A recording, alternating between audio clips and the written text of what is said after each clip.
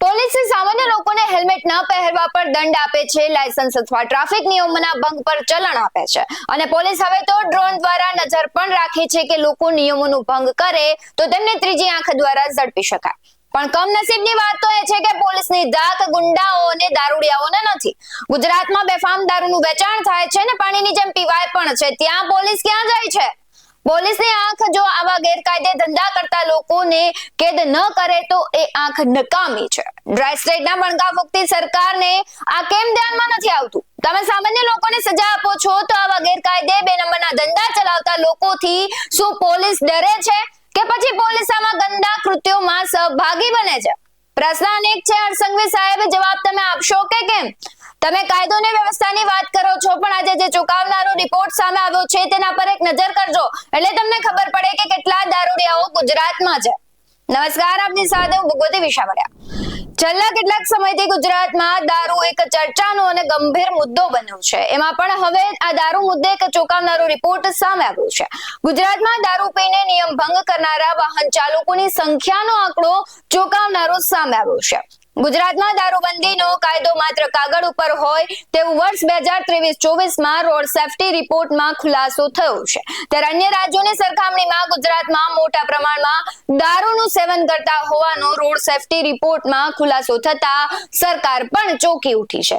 વર્ષ 2023-24માં road safety દ્વારા એક રિપોર્ટ જાહેર કરવામાં આવ્યો છે। રોડ સેફટી રિપોર્ટમાં ગુજરાતમાં માત્ર દારૂબંધી કાગળ પર હોય તેવા આંકડા સામે આવ્યા છે। એક વર્ષમાં ગુજરાતમાં 27,495 કેસ દારૂ પીને વાહન ચલાવવાના નોંધવા પામ્યા છે। જ્યારે 2021-22ની વાત કરીએ તો દારૂ પીને વાહન ચલાવવાના 13,153 કેસ નોંધાયા હતા। રાજ્યમાં વધતા જતા અકસ્માતને લઈને હાઈકોર્ટ દ્વારા કડક નિર્ણય કરવામાં આવ્યો હતો, જેમાં દ્વિચક્રીય વાહન ચલાવનાર વ્યક્તિને ફરજિયાત હેલ્મેટ પહેરવું અને કાયદાનું ઉલ્લંઘન કરનાર સામે કડક કાર્યવાહીનો આદેશ કરવામાં આવ્યો। વર્ષ 2023-24 દરમિયાન રોડ સેફટી દ્વારા જાહેર કરવામાં આવેલા રિપોર્ટમાં હેલ્મેટ નહીં પહેરવાના સંદર્ભે 3,31,445 ગુના નોંધવામાં આવ્યા, તેમજ સીટ બેલ્ટ નિયમ ભંગના 42,182 ગુના નોંધાવા પામ્યા છે, તેમજ ઓવરસ્પીડના 1,66,813 ગુના, તેમજ ટ્રાફિક સિગ્નલને લગતા 3,23,809 ગુનાઓ, તેમજ વાહન ચલાવતી વખતે મોબાઈલ ફોનનો ઉપયોગ કરવા બદલ 2,03,404 ગુનો નોંધાવા પામ્યા છે।